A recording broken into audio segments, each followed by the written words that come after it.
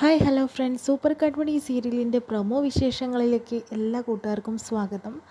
അങ്ങനെ തന്നെ കൺമണിയുടെ വാക്കുകളാണ് കൃഷ്ണന് ഒരു മനസ്സിലൊരു കുളിർമ പകരുന്നത് കേട്ടോ. വേറൊന്നുമല്ല, കൺമണി പറയുന്നുണ്ട്, സർ എത്രയും പെട്ടെന്ന് തന്നെ വീട്ടിലേക്ക് തിരിച്ചു പോകണമെന്ന രീതിയിലൊക്കെ പറയുന്നത്.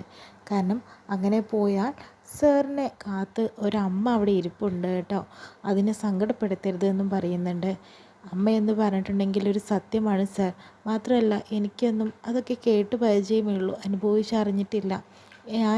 എനിക്കെൻ്റെ അമ്മയുടെ സ്നേഹം കിട്ടിയിട്ടില്ല എന്ന രീതിയിൽ കൺമണി സംസാരിക്കുന്നുണ്ട്. സാറിനത് ആവോളം തന്നെ ഉണ്ടെന്ന് പറയുന്നു. സാർ തിരിച്ചു പോകണമെന്ന് പറയുന്നു. അപ്പോഴത്തേനും കൃഷ്ണൻ്റെ മനസ്സും തണുക്കുന്നുണ്ട് കേട്ടോ.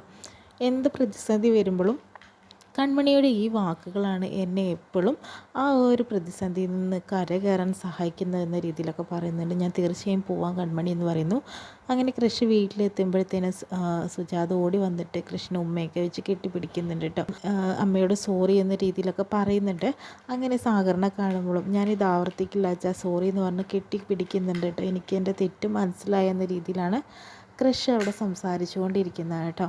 അതിന് മനോജും അതുപോലെ തന്നെ അച്ഛനും കൺമണിയോട് സംസാരിക്കുന്നത്. മനോജ് ഒരുപാട് പ്രശ്നങ്ങൾക്കിടയിലാണ് നിൽക്കുന്നത്. വരുണുമായിട്ട് കല്യാണം നടന്നാൽ മാത്രമാണ് ഈ ഒരു പ്രശ്നങ്ങളൊക്കെ കുറേയൊക്കെ സമാധാനമാവുള്ളൂ. അത് കൺമണിയോടായിട്ട് പറയാട്ടോ ചെയ്യുന്നത്. മനോജ്, നമ്മൾ 3 പേരും ഒരേ ദുഃഖിതരാണ് മോളെ. മാത്രമല്ല, ഇതിൽ നിന്ന് നമ്മളെ കരകയറ്റാൻ നിനക്ക് മാത്രമേ സാധിക്കുള്ളൂ എന്ന രീതിയിൽ കൺമണിയോട് പറയുന്നുണ്ട്. കാരണം വരുണിനെ വിവാഹം കഴിച്ചാൽ മാത്രമാണ് താനും അതുപോലെ എല്ലാവരും രക്ഷപ്പെടുകയുള്ളൂ എന്ന രീതിയിലേക്ക് സംസാരിക്കാനല്ലാതെ ഒരുപക്ഷെ ഒന്നിനും ഇനി സാധിക്കില്ല എന്ന രീതിയിൽ മനോജ് പറഞ്ഞു കൊടുക്കുന്നുണ്ട്.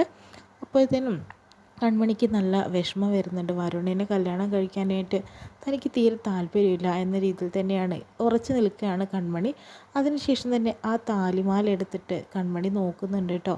തൻ്റെ ഭർത്താവാണ് കൃഷ് അല്ലാതെ മറ്റൊരാൾ തൻ്റെ മേൽ അവകാശം പുലർത്താൻ വരരുത് എന്ന രീതിയിൽ തന്നെയാണ് കൺമണി നിശ്ചയിച്ചുകൊണ്ടിരിക്കുന്നത്.